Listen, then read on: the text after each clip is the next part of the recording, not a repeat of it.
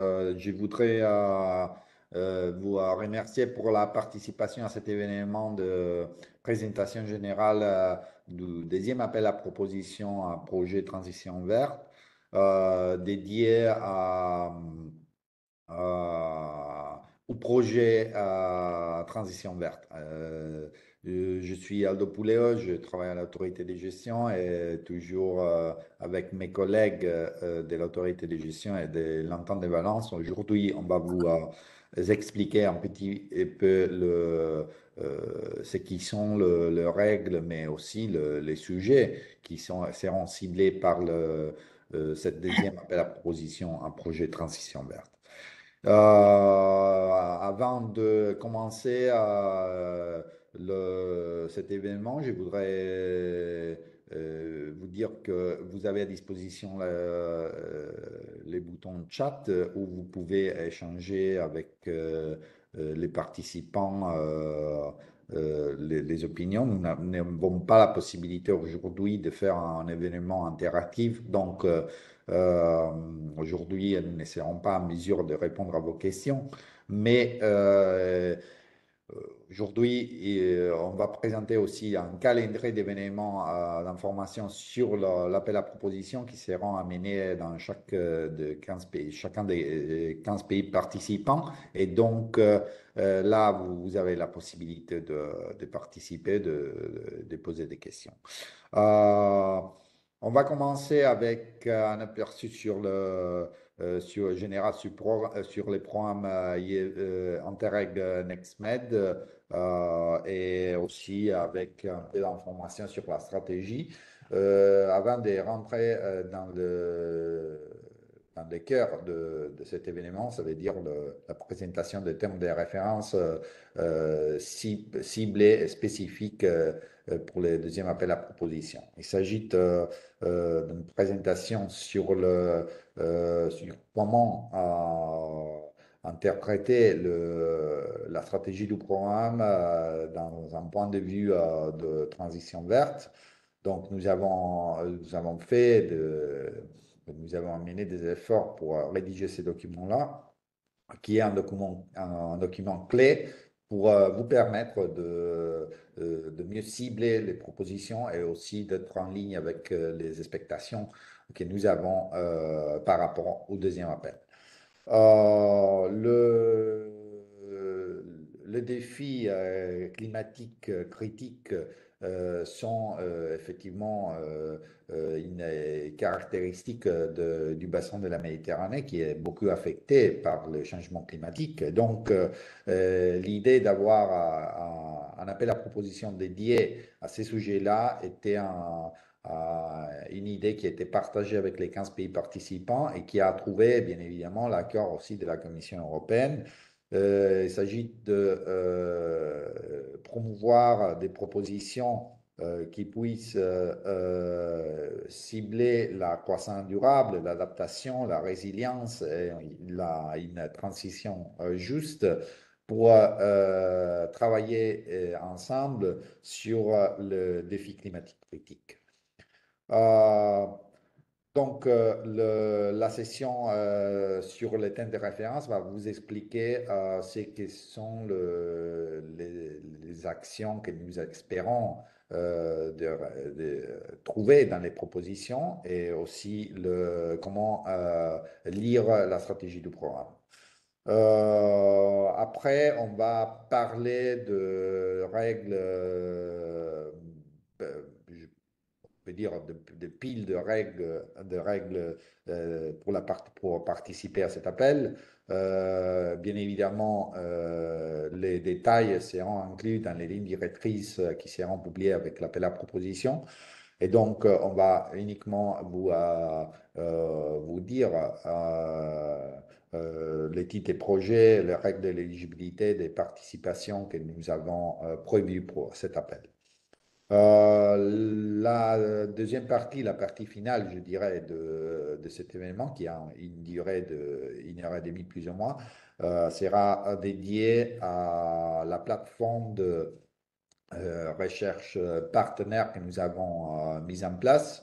Il s'agit d'un instrument très utile pour construire des partenariats qui sont euh, euh, des partenariats qui sont difficiles à construire. Nous savons la complexité de cet exercice. Donc, le programme a mis à disposition un outil qui va vous permettre de trouver facilement le partenaire.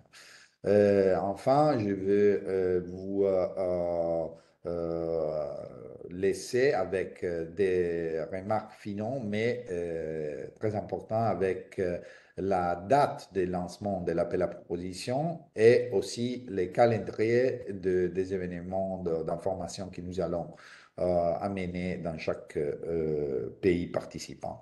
Donc, je commence, donc je vais aussi partager la présentation avec vous sur le programme Interact NextMed, une présentation générale sur le programme pour ceux qui ne sont pas au courant de notre programme. Donc, après, bien évidemment, je vous invite à lire le document de programme qui est aussi disponible dans les sites web. Euh, le programme InterNextMed est un programme qui est là depuis 2007, ça veut dire la troisième génération de la troisième édition d'un de plus grands programmes de coopération de, extérieure financés par l'Union européenne dans les bassins de la Méditerranée.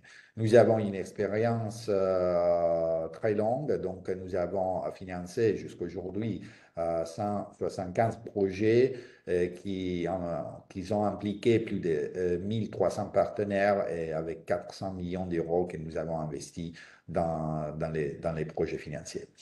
L'objectif reste un objectif lié bien évidemment à la politique des voisinages, donc la prospérité, la stabilité, la sécurité commune grâce à des solutions partagées aux défis conjoints qui sont définis par les pays participants. Ils sont inclus dans la stratégie du programme. Nous avons des principes qui sont là depuis 2007. Ils sont les principes d'appropriation commune, ça veut dire que tous les pays, tous les acteurs qui participent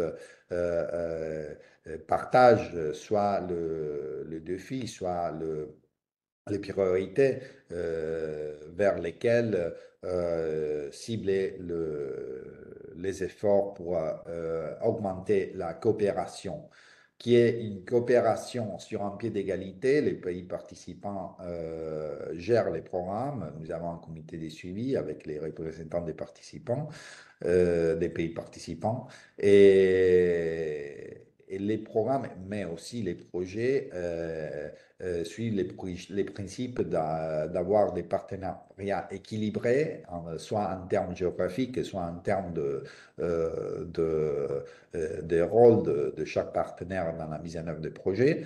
Et bien évidemment, bénéficier, de partager les bénéfices. Donc, il ne s'agit pas d'un programme de coopération au développement, il s'agit plutôt d'un programme qui a l'objectif de mettre euh, en relation des acteurs différents provenant des pays différents des rives de la Méditerranée pour travailler ensemble sur des défis conjoints, mais aussi pour partager les résultats et avoir un impact dans tous les territoires impliqués dans les projets.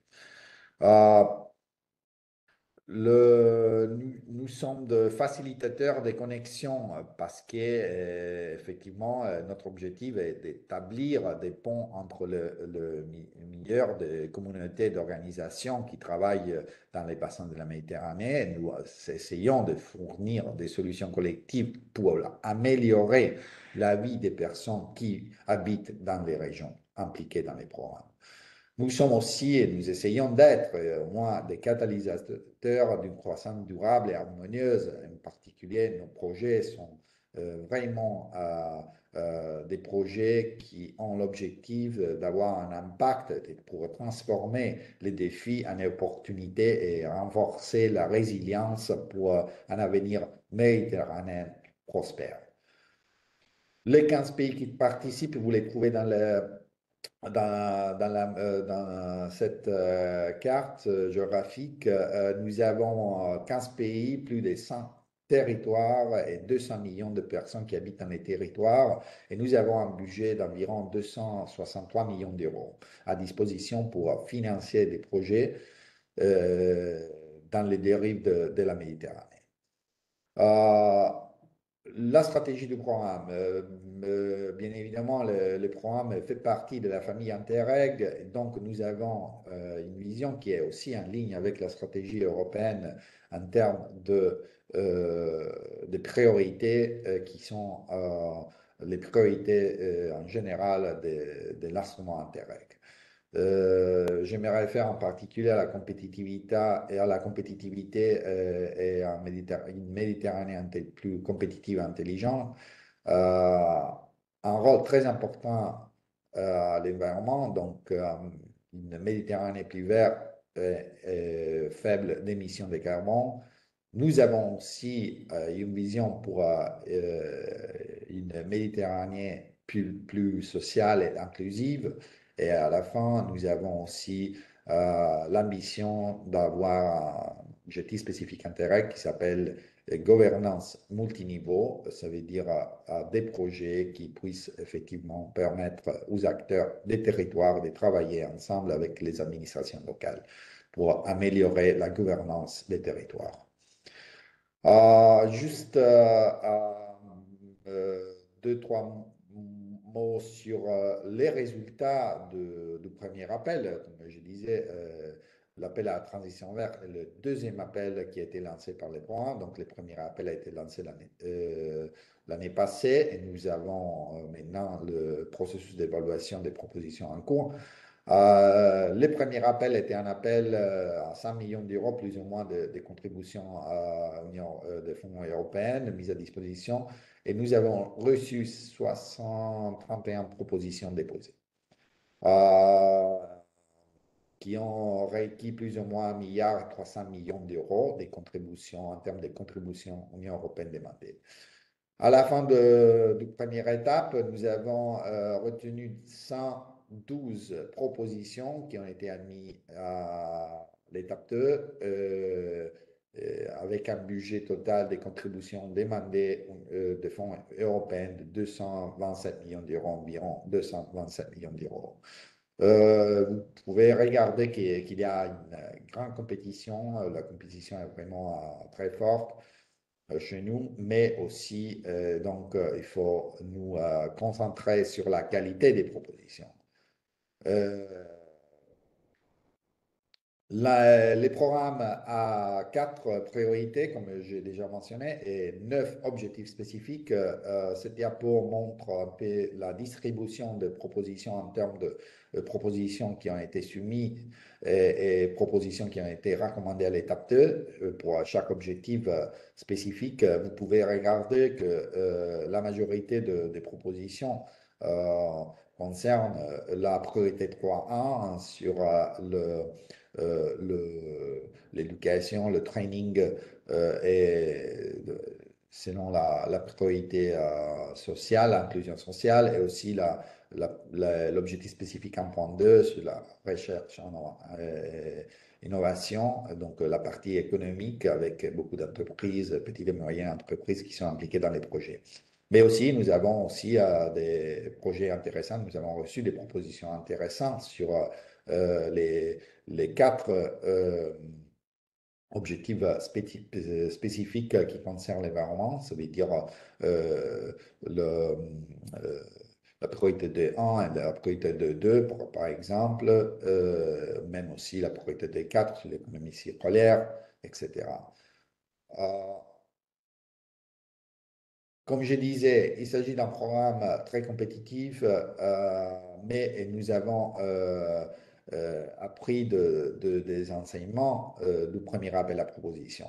Il y a une participation massive, un intérêt élevé pour les programmes, et ça ne doit pas vous décourager parce que la qualité, à la fin, c'est la clé de succès de nos projets. Donc, même si nous avons 19% des propositions qui ont été admises à l'étape 2 d'évaluation, le résultat final sera disponible à partir de la fin février.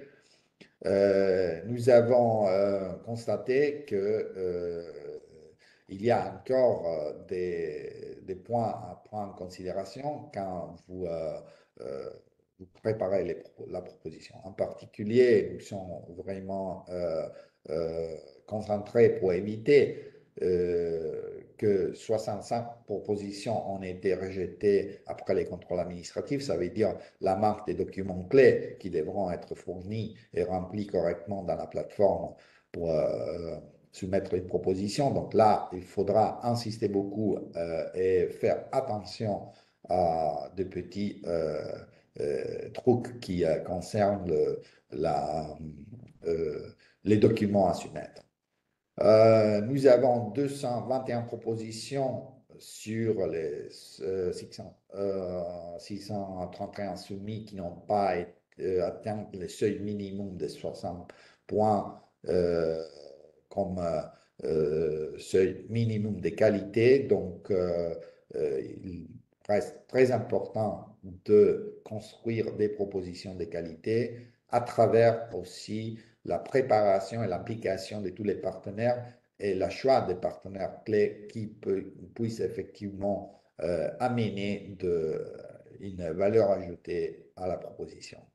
10 projets, nous avons reçu 10 projets, 25 projets sur la jeunesse. Nous avons ciblé, nous avons focalisé l'attention sur le jeune qui, dédiant à un budget réservé aux propositions qui impliquent des organisations gérées par de jeunes, eux aussi, ou qui ont une expérience dans l'implication de jeunes dans la mise en œuvre des projets. Cet aspect reste un aspect innovant parce que c'est quelque chose que nous avons essayé de proposer. Nous avons trouvé l'accord des pays participants, mais aussi de la Commission européenne, parce que l'implication de jeunes reste peut-être la clé du succès pour la durabilité des projets et aussi pour essayer d'avoir un impact important sur la vie de personnes qui sont là, surtout quand nous parlons de défis environnementaux que nous nous allons cibler dans les deuxième appel à proposition. Je m'arrête ici et je donne la parole maintenant à mon collègue Martin Nebel qui va rentrer dans les détails de termes de référence pour vous expliquer mieux comment interpréter la stratégie du programme. Donc Martin va parler un peu plus en détail de 9 objectifs spécifiques et comment interpréter les 9 objectifs spécifiques avec une vision de transition verte. Merci Martin, toi la parole. Merci. Merci beaucoup Aldo. Bonjour à toutes et à tous et bienvenue à ce séminaire sur l'appel à projet pour la transition verte. Je vais m'occuper de vous donner un aperçu du cahier des charges de l'appel parce que si vous avez participé au premier appel, ça c'est une nouveauté. Il y a une orientation thématique qui est plus ciblée sur cet appel et donc le programme en collaboration avec les représentants des 15 pays participants, a voulu rédiger un support pour vous orienter justement dans la préparation des idées de projet, et notamment tout ce qui concerne les thématiques, comme le rappelait Aldo, pour les lier avec la stratégie du programme. La stratégie du programme qui contient déjà des priorités, quatre enjeux environnementaux. Mais là, ce qu'on a essayé de faire, parce qu'il y avait une ambition collective au niveau des 15 pays participants, c'est d'adapter ce qu'on appelle les priorités du programme, les objectifs spécifiques du programme, donc les 9 grands enjeux du programme. On a essayé de les adapter, de les faire évoluer vers une dimension environnementale, justement, pour renforcer l'action climatique en Méditerranée au niveau de notre réseau de porteurs de projets. Donc, je vais vous donner un aperçu de ce document qui a été déjà publié d'ailleurs en pré-information de l'appel, qui est disponible depuis depuis fin décembre sur le site web du programme. Donc moi, je vous invite vraiment à le lire, à le relire, à le commenter et à le discuter avec vos partenaires potentiels, avec les organismes avec lesquels vous avez déjà noué des contacts en vue d'un positionnement sur cet appel. C'est un document justement qui essaye de donner une dimension verte et qui essaye d'écologiser les 9 objectifs spécifiques qui sont objets de cet appel à proposition. Donc, il y a énormément d'idées, il y a énormément d'inspiration. On ne s'intéresse pas uniquement aux enjeux environnementaux, disons, traditionnels auxquels le programme s'était déjà, desquels le programme s'occupe déjà, comme l'eau, l'énergie, l'économie circulaire ou l'adaptation au changement climatique. Mais justement, on a ouvert la réflexion vers de nouvelles thématiques dont je vais vous parler. Donc, c'est un effort au niveau du programme pour justement avoir cet élan d'une action intégrée sur l'action, enfin sur les questions climatiques et les enjeux environnementaux en Méditerranée. On peut recontextualiser rapidement, mais je pense que tout le monde est bien conscient d'où on part et où on souhaite arriver. Les enjeux sont clairs, les conséquences du changement climatique sont visibles. Elles nous touchent et malheureusement, toute la littérature scientifique, notamment moi je vous conseille de consulter le site web et les études qui ont été réalisées par le Mediterranean Experts on Climate and Environmental Change. C'est un réseau d'experts spécialisés justement sur les questions de changement climatique en Méditerranée. Il y a beaucoup de données et de chiffres et de faits très, très intéressants qui nous mettent face à nos responsabilités.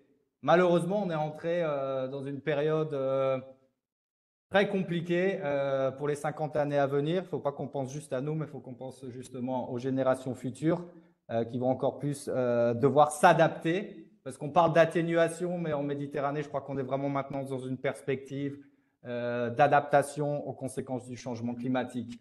On est entré malheureusement dans un cercle vicieux. On va vivre dans les 50 prochaines années une augmentation des températures. La région méditerranéenne, on sait que c'est un hotspot du changement climatique, donc les températures augmentent plus rapidement que la moyenne mondiale. Et ce qu'on constate aussi, c'est qu'il y a des sous-régions en Méditerranée qui sont des hotspots du hotspot de la Méditerranée. Donc ça apporte tout un ensemble de conséquences que vous connaissez bien entendu, des précipitations, des modèles de précipitation différents, des changements au niveau de l'agriculture, des rendements agricoles qui vont diminuer dans le futur. Donc ça, justement, ça peut impacter aussi bien notre approvisionnement et la sécurité alimentaire, mais aussi les revenus de millions de personnes en Méditerranée qui travaillent autour de la Méditerranée. La montée des eaux, il y a des modèles qui disent que d'ici la fin du siècle, la Méditerranée, le niveau de la Méditerranée va monter jusqu'à 1 mètre.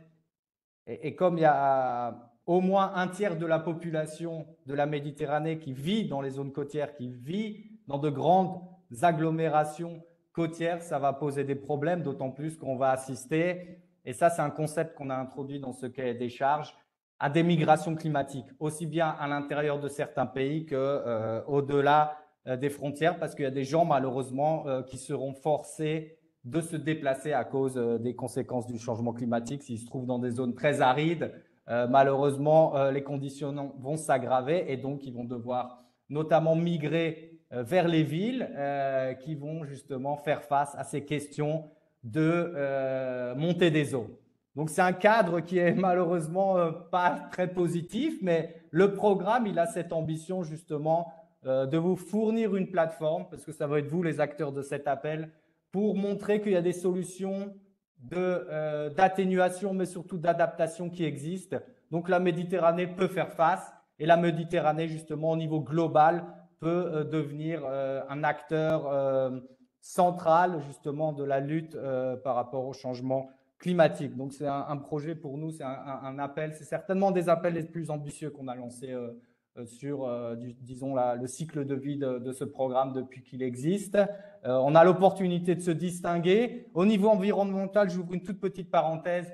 Ce programme, il a déjà porté ses résultats, il a déjà porté ses projets, il a déjà porté ses acteurs au niveau mondial. On a participé aux 3 dernières éditions de la COP, de la Conférence mondiale sur le climat. Donc, on a été présent notamment en novembre à Bakou. Et donc, on a pu illustrer cette opportunité et montrer qu'il y a des forces vives qui existent en Méditerranée. Il y a des porteurs de projets, des organismes qui sont capables de se mobiliser, d'unir leurs forces, d'unir leur expertise, parce que ça, c'est une des spécificités de ce programme, de travailler et d'avancer ensemble justement pour faire face, pour se mobiliser face au changement climatique. Comme on disait, malheureusement, il y a des épisodes tragiques qui nous rappellent la réalité du changement climatique. Les derniers en date, c'est les inondations meurtrières dans la zone de Valence. Mais chaque pays vit sa réalité face au changement climatique. Justement, il y a des faits qui sont assez choquants quand on essaie un peu justement de s'intéresser à ce qui se passe au niveau du changement climatique en Méditerranée. Les feux de forêt qu'il y avait eu sur l'île grecque de Rhodes, si je me rappelle bien, durant l'été 2023, ils ont ravagé, ils ont brûlé plus de 15% de la superficie de l'île de Rhodes en moins de 10 jours. Ça, c'est incroyable, quoi. Et voilà, en plus des dommages aux infrastructures, aux personnes, il y a aussi un coût économique du changement climatique. Dans l'Union européenne, il y a un rapport qui nous dit que le coût du changement climatique annuel, ça va être 60 milliards d'euros au minima. Et les événements climatiques extrêmes vont se multiplier par 5 au cours des prochaines années. Donc ça, c'est la partie négative. Mais on a une opportunité tous ensemble. D'un défi peut naître une opportunité, peut naître la lumière au bout du tunnel. Donc nous, sur cet appel, on met à disposition 83 millions d'euros, qui est un engagement financier conséquent au niveau de ce programme, qui a un budget de 260 millions d'euros, justement pour traiter les impacts multiples du changement climatique en Méditerranée. Donc, on ne va pas s'intéresser, disons, uniquement à la question environnementale, mais comme on le commentait auparavant, il y a une réflexion qui a été faite et donc on va aborder ça de façon intégrée avec une approche holistique. Donc, il y a des secteurs justement traditionnels sur lesquels il y a déjà beaucoup d'expérience en Méditerranée, comme les questions de l'eau, de l'énergie, de l'économie circulaire et de l'adaptation et de la prévention des catastrophes, où le programme a déjà avancé, notamment dans les éditions précédentes et là au niveau du premier appel où il y a eu une grosse mobilisation sur les questions environnementales. Mais on va aussi chercher à introduire cette dimension verte, cette écologisation dans des secteurs comme le développement économique, l'innovation, l'éducation et la formation et la gouvernance. Donc c'est vraiment une approche globale que l'on souhaite mettre en œuvre sur la question environnementale au niveau du programme. Donc comme je commentais, au niveau des 4 objectifs spécifiques déjà environnementaux qui sont déjà inscrits dans le programme, il n'y a pas, au niveau des cahiers des charges, il n'y a pas eu vraiment une révolution, il y a eu une évolution. On a souhaité mieux préciser certaines actions indicatives parce que les cahiers des charges sont structurés sous la forme d'actions indicatives. Donc le terme le définit, c'est des actions indicatives qui sont là pour vous inspirer, pour susciter en vous une réflexion sur les thèmes que vous souhaiteriez porter, de préférence en cohérence avec ces actions indicatives. L'efficacité énergétique, donc là, nous, notre focus, c'est vraiment l'efficacité énergétique au niveau des infrastructures publiques, des bâtiments, du logement social, du parc immobilier. L'adaptation, c'est super important en ce moment. On l'a vu au niveau des dernières catastrophes naturelles. Les territoires doivent être prêts en cas d'événements climatiques extrêmes qu'on ne peut pas contrôler, mais justement, il faut que les populations soient en capacité d'avoir les bons gestes et que les pouvoirs publics, justement, nous expliquent comment faire, qu'il y ait des plans qui soient mis en œuvre. Et tout cela, les questions d'adaptation aussi, c'est aussi protéger nos écosystèmes, les valoriser dans les zones urbaines qui font face à des vagues de chaleur, mettre en place des solutions qui sont fondées sur la nature. L'eau, je ne vais pas commenter, c'est assez clair dans les termes de référence. Et l'économie circulaire, c'est vraiment, comme on dit en anglais, close the loop. Donc, quand on intègre une matière première dans un circuit, dans un cycle de vie, on essaye de fermer ce cycle de vie et faire en sorte que rien ne soit jeté, mais que tout soit réutilisé. Ce qui est intéressant justement au niveau de cette approche globale, intégrée, qu'on a multidisciplinaire, qu'on a souhaité mettre en place au niveau de l'appel, c'est ce qu'on a appelé des secteurs émergents pour un avenir climatique résilient en Méditerranée. notamment tout ce qui est question de recherche et d'innovation. Donc, toute la recherche sur les technologies climatiques qui est développée dans les laboratoires. Comment est-ce qu'on peut accélérer la mise sur le marché de ces technologies et justement de faire en sorte que les technologies climatiques, notamment celles de pointe pour la capture du carbone ou d'autres technologies, les batteries électriques, il y a beaucoup de choses à faire, l'hydrogène, elles soient mises en place au niveau d'applications réelles qui vont vraiment aider les sociétés et les populations. Tout le dossier PME, c'est fondamental en Méditerranée. On sait que les tissus économiques sont principalement constitués de petites et moyennes entreprises. Ça fait vivre des millions et des millions de personnes à travers la Méditerranée. Mais ces PME, elles font face aux enjeux justement de s'adapter parce qu'il y a des nouvelles, dans certains pays, certainement beaucoup d'exigences réglementaires au niveau justement de réduire leur empreinte carbone, donc avoir une utilisation plus consciencieuse des ressources naturelles, mais il y a aussi des PME qui souhaitent s'engager sur ces nouveaux marchés, ces marchés émergents, des produits et des services à faible intensité en carbone. Et il faut les soutenir, parce qu'être entrepreneur, c'est déjà difficile, mais justement, si on s'engage sur les secteurs de la transition verte, il faut qu'on soutienne ces entreprises justement pour qu'il y ait un avantage après compétitif au niveau de la Méditerranée, où il y a un tissu d'entreprises justement qui a les produits, qui a les services, qui offre les solutions justement pour combattre les effets du changement climatique. On croit beaucoup à la question des compétences dans ce programme. Donc, si on a une Méditerranée où il existe un réseau de personnes qui sont formées à la question climatique, qui détiennent les solutions, qui détiennent les conséquences, les connaissances et qui détiennent les savoir-faire, là aussi, la Méditerranée demain pourrait devenir un des leaders, une des régions leaders du changement climatique au niveau mondial. Les questions de santé, je vais m'y arrêter un tout petit peu après. Et la gouvernance au niveau des enjeux de transition juste et durable, avec une gouvernance qui est inclusive. Il y a un dialogue entre les pouvoirs publics et les citoyens, les représentants de la société civile, justement pour avancer ensemble sur la définition des priorités au niveau local, parce que nous, on croit beaucoup dans ce programme à justement la mise en place de synergies au niveau local. C'est un bon échelon au niveau de ce programme pour avancer, pour définir des priorités climatiques qui sont partagées avec la citoyenneté, avec les populations.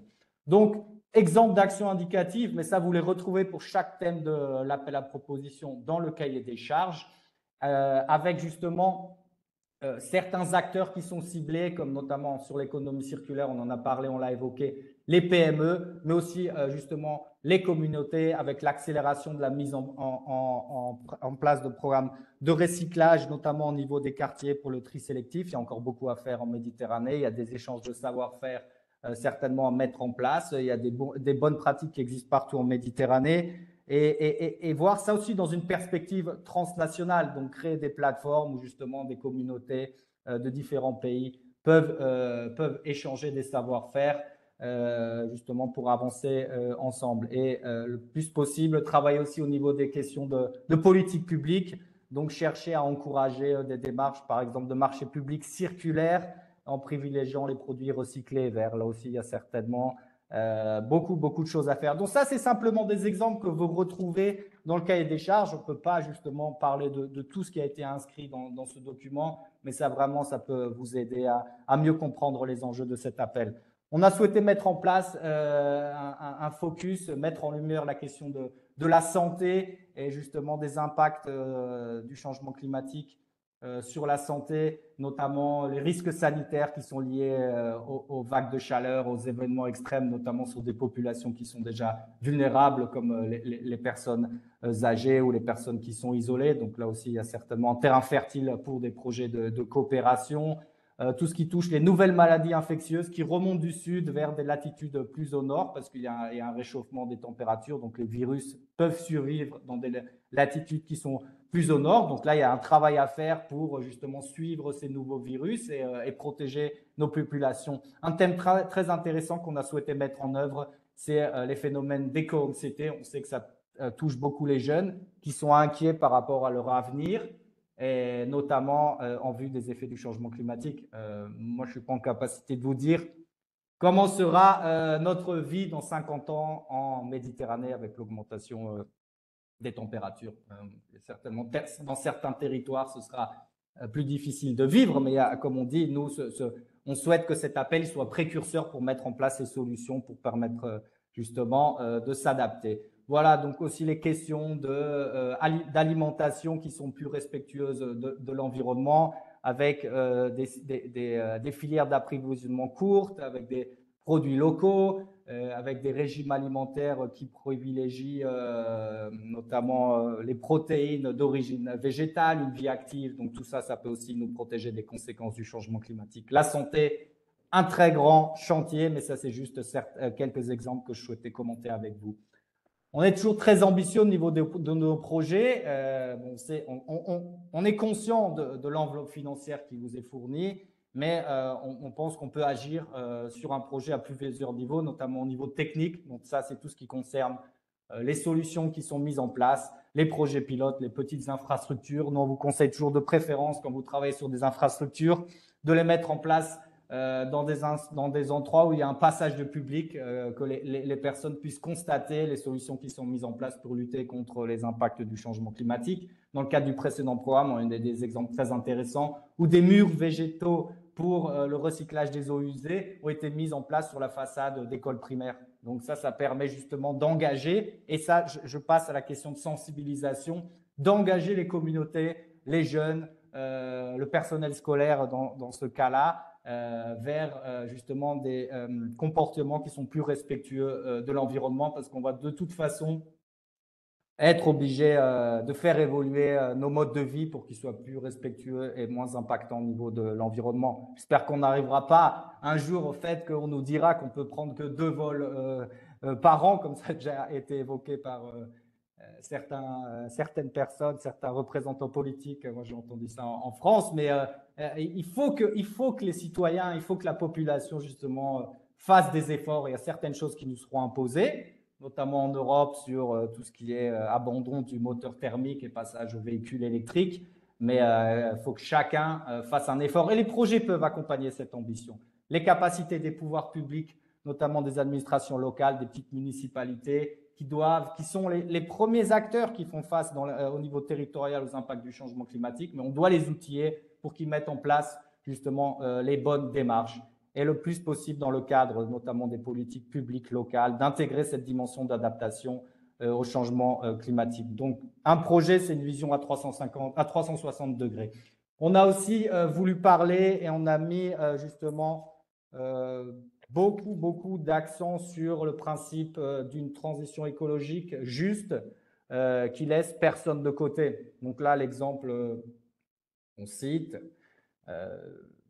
qui est assez connu, c'est que certaines justement nouvelles taxes qui sont liées à une démarche environnementale, notamment sur les carburants, malheureusement, elles vont toucher des populations qui sont déjà vulnérables, parce que c'est peut-être des populations qui vivent en dehors des centres-villes, qui ont besoin de leur voiture pour se déplacer. Donc, c'est les personnes qui vont être malheureusement celles qui vont être les plus touchées justement par ces nouvelles dispositions environnementales, les petites et moyennes entreprises qui vont devoir s'adapter. Donc, il faut soutenir les communautés les plus vulnérables, il faut soutenir les groupes qui font face et qui sont le plus touchés par le changement climatique. Souvent, quand il y a des événements climatiques extrêmes, il y a des statistiques qui montrent quand ça arrive au niveau de centres urbains, c'est dans les quartiers pauvres où il y aura le plus de dégâts.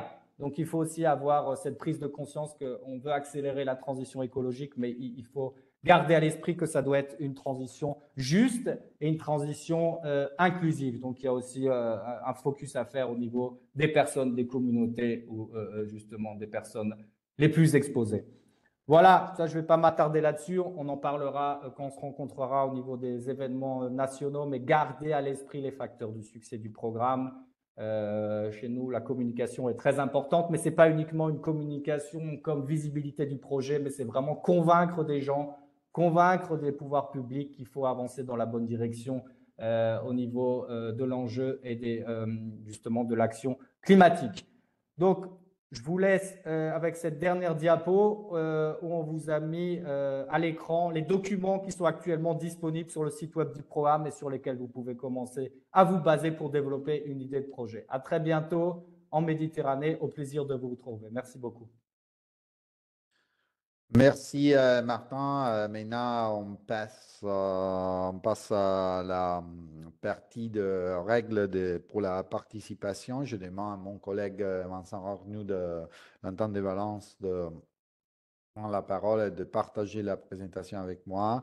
Vincent va insister un peu sur les caractéristiques de l'appel à proposition en termes aussi de type de projet et aussi en termes de règles de participation. Et je vais aussi parler à la fin de critères d'éligibilité.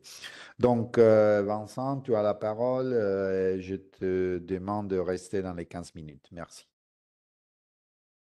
Merci beaucoup Aldo, Martin, tous les collègues. Bon, ça fait énormément plaisir de se retrouver ici aujourd'hui avec autant d'acteurs et d'amis francophones qui de nouveau démontrent leur envie de continuer à travailler sur le programme, affronter les défis méditerranéens avec nous et de tous ensemble contribuer à une Méditerranée meilleure. Et donc vraiment, ça fait vraiment plaisir de commencer l'année par une réunion pareille avec vous. Alors, ma présentation, permettez-moi de mettre le mode présentation, va être rapide et centrée sur des remarques précises mais assez importantes pour vous aider à rédiger, élaborer, penser votre proposition et comment vous pouvez participer à notre deuxième appel, l'appel à transition verte. Alors, vous dire que l'appel est ouvert à toutes les priorités et à tous les objectifs spécifiques du programme. Donc ça, c'est comme sur l'appel précédent, mais bien entendu, cette fois-ci, vous avez un élément central, un élément très innovateur, qui est le focus thématique sur la transition verte, avec des cahiers des charges précis, et même s'ils ne sont pas longs, ils sont pas, vous allez voir, c'est une lecture assez rapide et de toute façon pas du tout ennuyeuse, mais où vous avez des éléments précis sur ce que vous pouvez aborder pour chaque objectif spécifique. Donc, première chose à faire, bien entendu, connaître le programme et lire les cahiers des charges pour voir ce qu'on attend sur cet appel. Alors, c'est important de remarquer, parce que c'est une erreur fréquente qui conduit souvent à des propositions mal évaluées. Vous avez l'obligation de centrer votre proposition sur un seul objectif spécifique du programme. C'est-à-dire, choisissez bien l'objectif spécifique qui est le plus aligné avec ce que vous pouvez offrir avec votre partenariat, avec vos moyens, et centrez-vous sur convaincre le programme, les évaluateurs, que vous allez contribuer à cet objectif spécifique du programme. Alors c'est important parce qu'on a souvent eu des cas de projets qui abordent deux objectifs spécifiques, voire plus, ou bien qui n'en abordent aucun de façon très précise, et ça c'est vraiment très important. Au niveau du cadre financier, alors vous le savez certainement déjà, on a un peu plus de 83 millions d'euros disponibles pour cet appel, ce qui est un montant assez généreux. Ça représente une partie importante des fonds du programme. Donc c'est une opportunité à ne pas manquer. Beaucoup d'argent pour pouvoir aborder tous ensemble les différents défis de la transition verte en Méditerranée. On reste sur 89% de contribution maximale de l'UE. À noter que c'est la contribution la plus généreuse dans les programmes Interreg. Donc, je crois que c'est aussi un élément à prendre en compte, un élément dont on est particulièrement également fier. On a une règle d'or sur le programme, vous la connaissez, et elle sera là encore cette fois-ci, c'est que au moins 50% du budget des projets doit être alloué aux partenaires non européens, partenaires méditerranéens non européens. Et donc ça, c'est une règle très importante qui nous permet d'assurer que le programme appartient bien finalement aux deux rives ou aux trois rives, parce qu'on a également l'Est, en tout cas appartient tant aux Européens qu'à nos partenaires, nos pays partenaires non européens.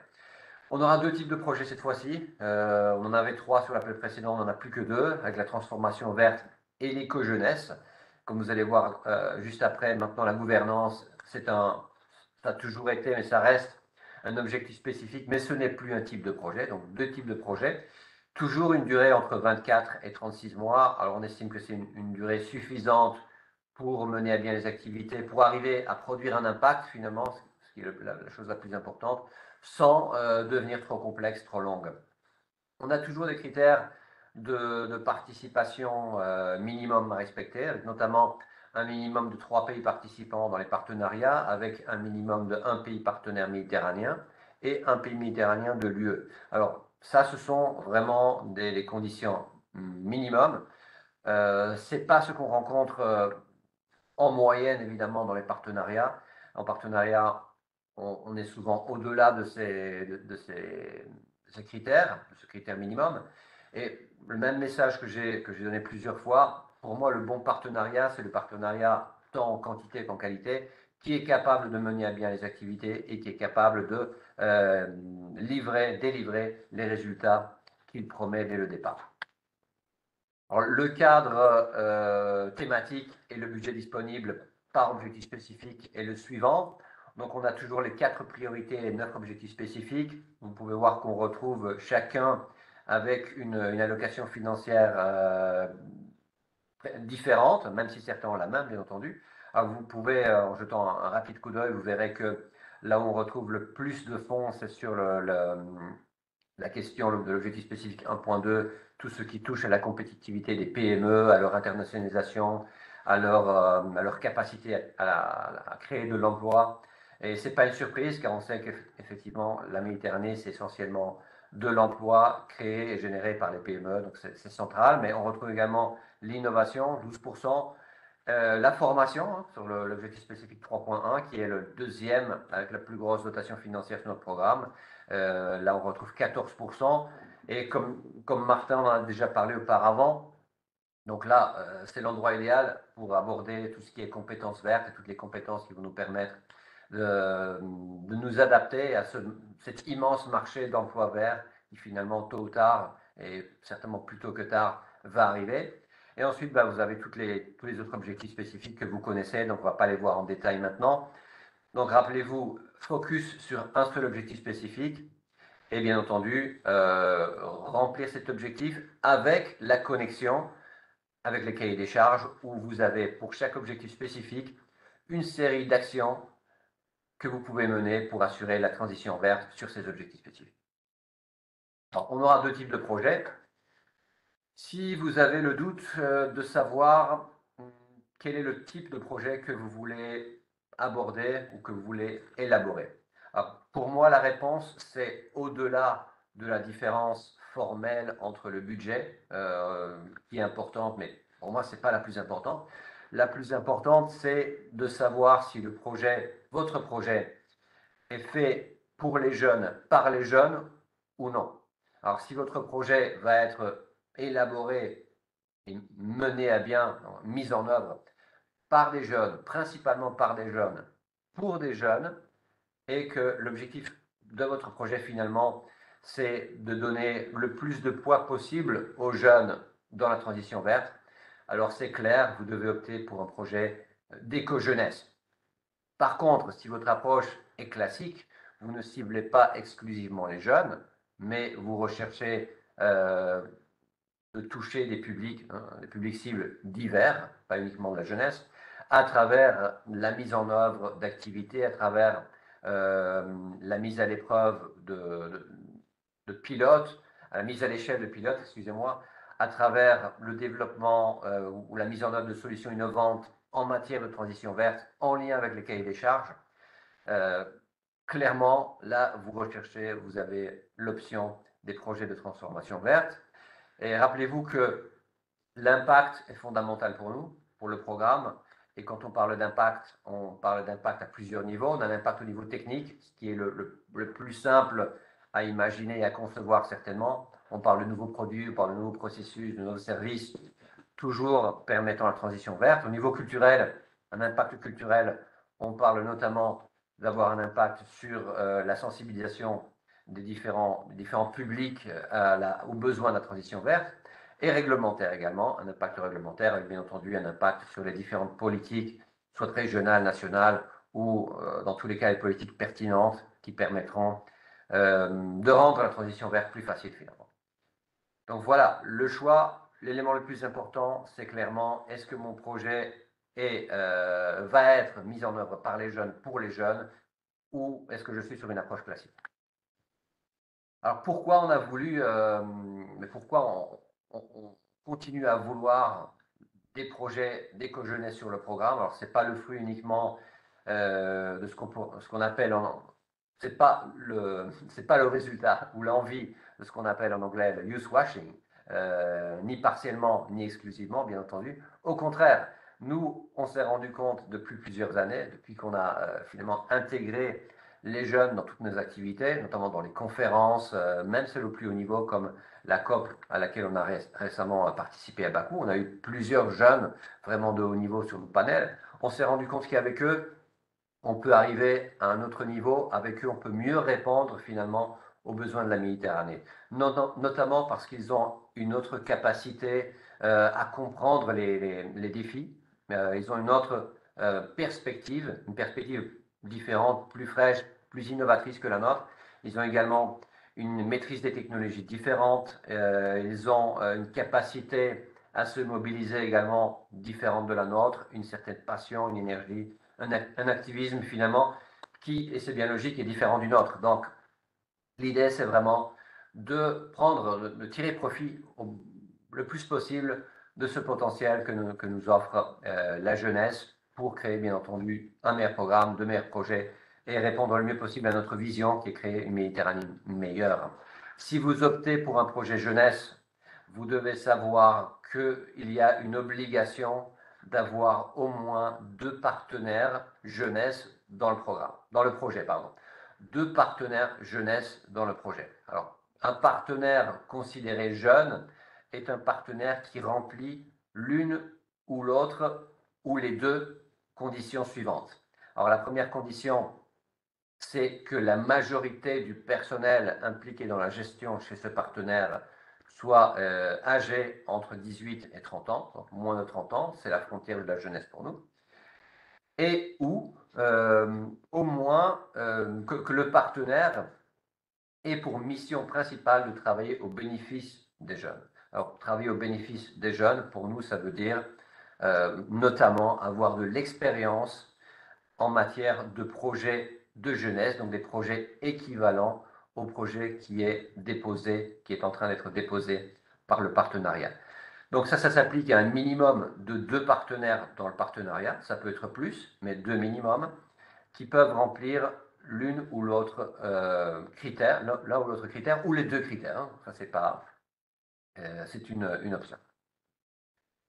Et le tableau final, avant de passer la parole, repasser la parole aux collègues de l'autorité de gestion, avec le résumé sur les contributions ou les dimensions financières des différents types de projets. Alors, vous pouvez le voir, on a une dimension maximale et une dimension minimale pour chaque type. Contribution maximum, le maximum de fonds qui peut être demandé au niveau projet. Pour les projets de transformation verte, 3,115 millions d'euros. Et pour les projets d'éco-jeunesse, 1,78 millions d'euros. On a cette fois-ci également, et ça c'est une nouveauté par rapport à l'appel précédent, un cofinancement minimal qui est fixe à 11%. C'est-à-dire que vous ne pouvez plus apporter plus que 11% si c'est votre souhait. Donc c'est 11%, ni plus ni moins. Je crois qu'avec ce cadre de dimension, avec des projets qui ont quand même une dimension qui vont un petit peu au-delà de ce qu'on a eu par avant au niveau des projets classiques et surtout au niveau des projets jeunesse également, on s'offre la possibilité tous ensemble d'aborder le mieux possible ces défis et on l'espère en tout cas, c'est notre souhait d'avoir les meilleurs projets possibles grâce à vous. Merci énormément d'être avec nous aujourd'hui. Bonne chance à tous et je rends la parole à Aldo. Merci beaucoup.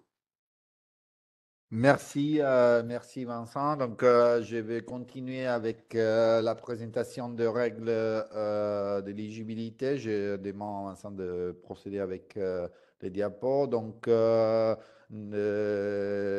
notre appel à proposition reste un appel qui est ouvert pratiquement à tous les membres, ça veut dire à tous les catégories principales d'organisation, sauf pour les personnes physiques. Donc, nous pouvons, dans les acteurs qui participent à nos projets sont des administrations publiques au niveau national, régional, local, des agences publiques, même universités, ONG, organisations qui travaillent avec la société civile, des organismes de soutien aux entreprises, le petit et moyen entreprises en particulier, des organisations internationales et intergouvernementales, mais avec des limitations parce qu'ils devront avoir un bureau opérationnel dans la zone de coopération. Euh, Suivant, s'il te plaît. Voilà.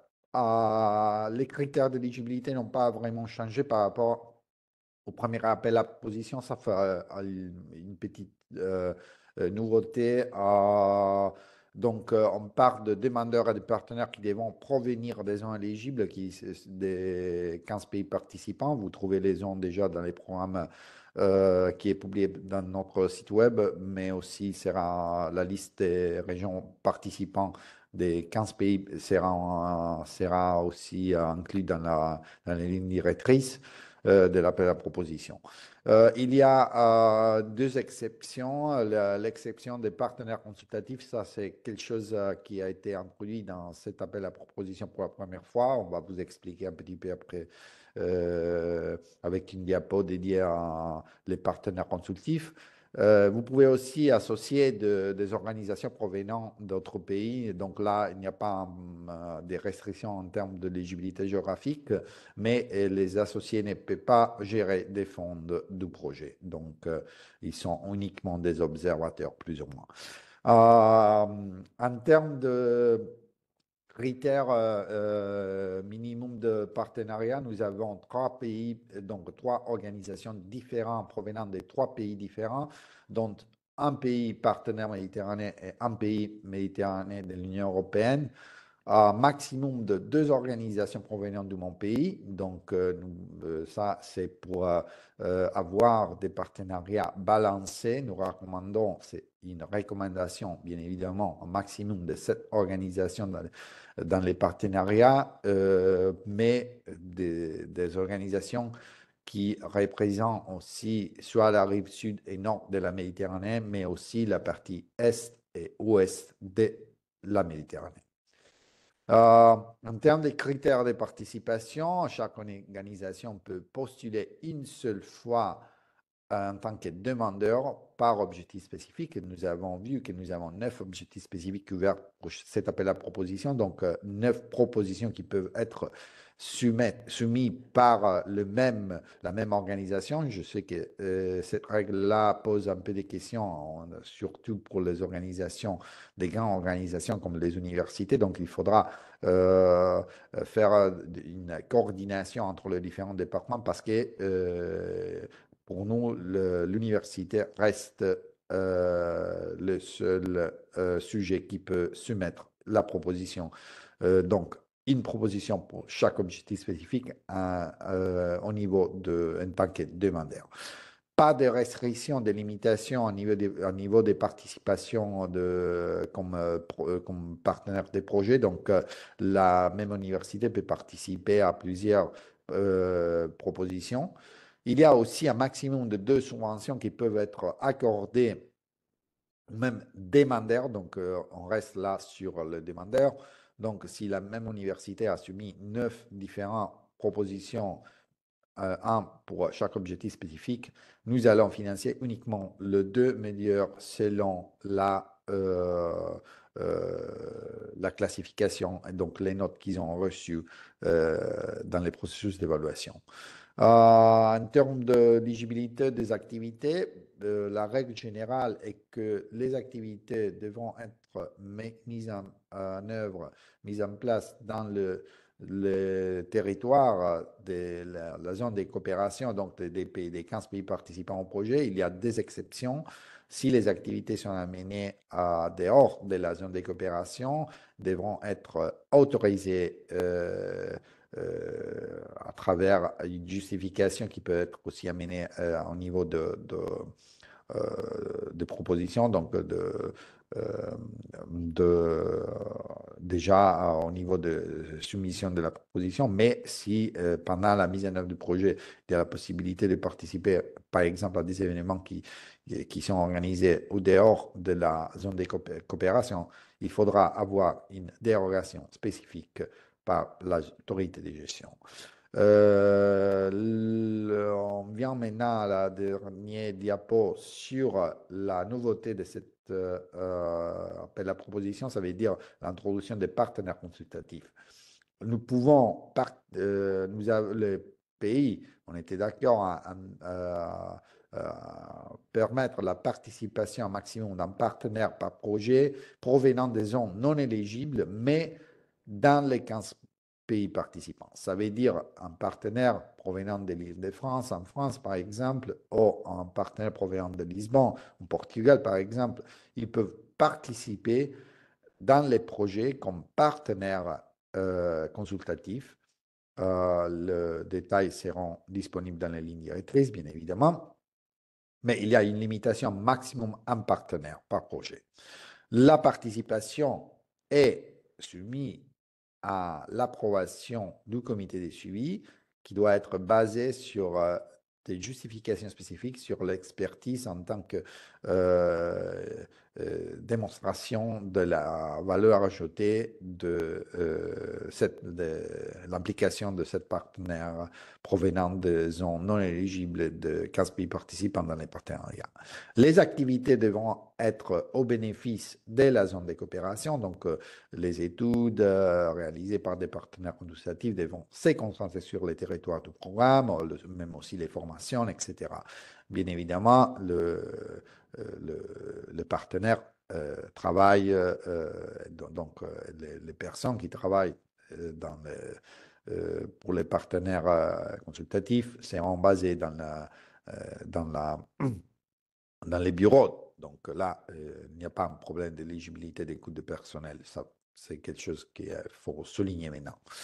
En termes de partenaire consultatif, ne peut pas agir en tant que demandeur, donc uniquement comme partenaire. Et donc, il doit être établi depuis 2 mois à compter de la date de lancement de l'appel. Donc, cette règle reste valide aussi pour les partenaires consultatifs. Je pense que je m'arrête là. Bien évidemment, nous ne pouvons pas aujourd'hui rentrer dans tous les détails concernant les règles de participation, mais je vous invite aussi à participer aux événements d'information euh, qui seront mis en place par l'autorité de gestion, les collègues de l'entente de Valence et du secrétariat. Et on va présenter les calendriers tout de suite. Mais avant de vous révéler la date de lancement et aussi les calendriers des événements informatifs dans les pays, je laisse la parole à mon collègue Alejandro de l'entente de Valence qui va vous expliquer un petit peu ce que nous avons prévu pour faciliter la construction des partenariats à travers un outil très innovant qui a été mis en place par les programmes. Donc Alejandro, tu as la parole, tu as plus ou moins 10 minutes. Merci. Merci Aldo, bonjour à tous. Je suis ravi de voir tellement des amis et des gens qui ont travaillé dans des projets. Et vraiment, on espère que cette session soit utile pour vous pousser à présenter une nouvelle proposition. Donc, aujourd'hui, on voit dans le chat que vous êtes nombreux à vous présenter et à vous présenter et à vous donner vos données de contact parce que vous voulez faire du networking et vous voulez évidemment élargir votre réseau pour trouver des partenaires, pour présenter une production. Donc nous, en tant que programme, on est conscient de tout ça et pour ça, on a travaillé à développer une plateforme pour la recherche de partenaires que je vais vous présenter tout de suite. Donc, je partage mon écran et on commence. Donc, tout d'abord, nous venons de finir et de lancer cette plateforme qui s'appelle connectingmed.eu. C'est un site web différent à celui du programme, mais même dans le site du programme, vous allez aussi trouver des articles qui vous mènent vers ce site web. Donc, imaginons que vous avez une idée de projet et vous voulez la soumettre et la publier ici. Donc, c'est tellement facile. Vous devez que venir ici à Submit My Project Idea et vous allez trouver un petit formulaire où vous avez rempli bon, toutes les données nécessaires de contact, mais aussi bon, un bref description de votre entité, quel type d'entité, et votre pays, et l'objectif spécifique auquel vous voulez présenter cette idée et la description de l'idée. Okay? Donc, vous remplissez tout ça et après, vous prenez sur le bouton de soumettre. Il est vrai que le site web, il est uniquement en anglais, mais on a prévu de faire la version en français qui on espère que sera prêt dans les jours à venir. Okay? Normalement, ici, d'ici quelques jours, vous trouverez aussi un bouton pour changer la langue. Donc, dans le cas que vous n'avez pas d'idée concrète, mais vous voulez juste vous présenter en tant que votre entité et présenter votre expérience et vos études pour la gestion d'un projet. Donc, vous pouvez venir ici dans Create My Profile. Et ici, c'est un formulaire très similaire à l'autre, mais ici, au lieu de parler de votre idée de projet, vous allez donner plus d'informations sur vous-même, okay, sur votre entité. Et même chose, à la fin, vous cliquez sur soumettre. Donc, que vous soumettez une idée ou votre profil, ça va être vérifié par nous. Et dès que nous approuvons votre idée ou profil, vous recevrez un email pour vous dire que votre utilisateur a été créé. Donc, votre idée ou profil seront publiés ici. Okay? Si c'est une idée, vous venez dans Project Ideas et ici, vous allez trouver toutes les idées de projets qui ont été déjà publiées. Okay? Donc, la vôtre sera là aussi. Donc, imaginons que vous allez dans quelqu'un, vous cliquez sur View Profile, donc vous allez trouver plus d'infos sur l'idée de projet. Et vous verrez que dans quelques profils, ici, vous trouverez l'adresse mail de la personne, mais il aura des cas où il n'y a pas d'adresse mail. Et la seule manière de les contacter, c'est ici un message. Donc, vous cliquez et pour ça, pour envoyer un message dans la plateforme, il faut être registré et avoir un utilisateur. Et même chose avec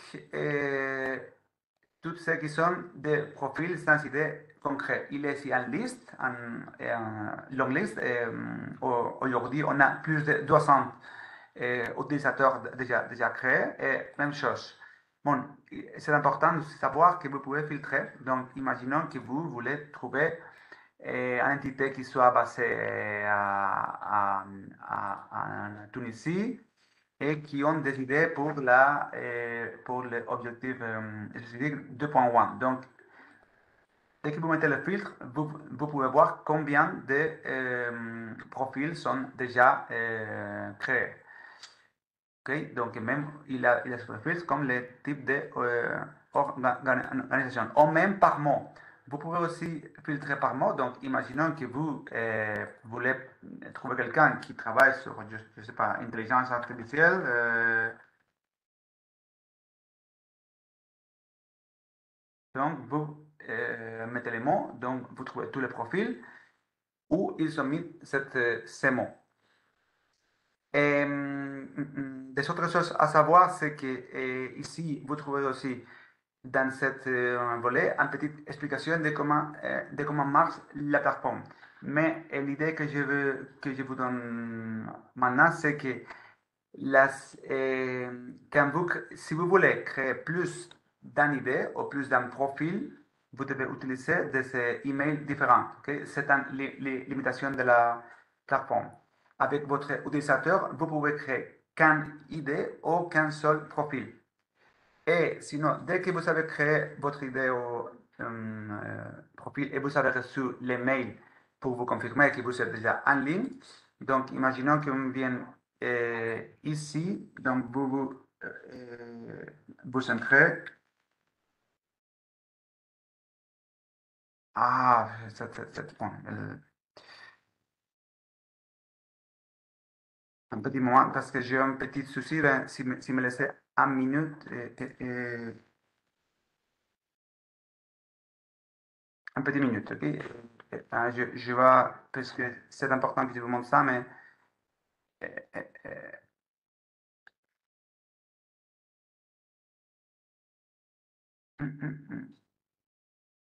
donc, on revient ici, d'accord? Je partage encore une fois.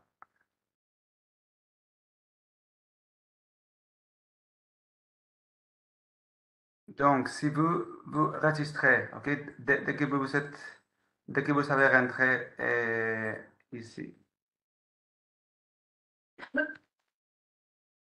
Donc, votre profil, dès que vous entrez ici, vous verrez votre profil. Donc, vous pouvez d'un côté faire l'édition, donc vous pouvez changer quelque chose dans votre profil ou votre idée. Vous pouvez aussi mettre une photo de profil.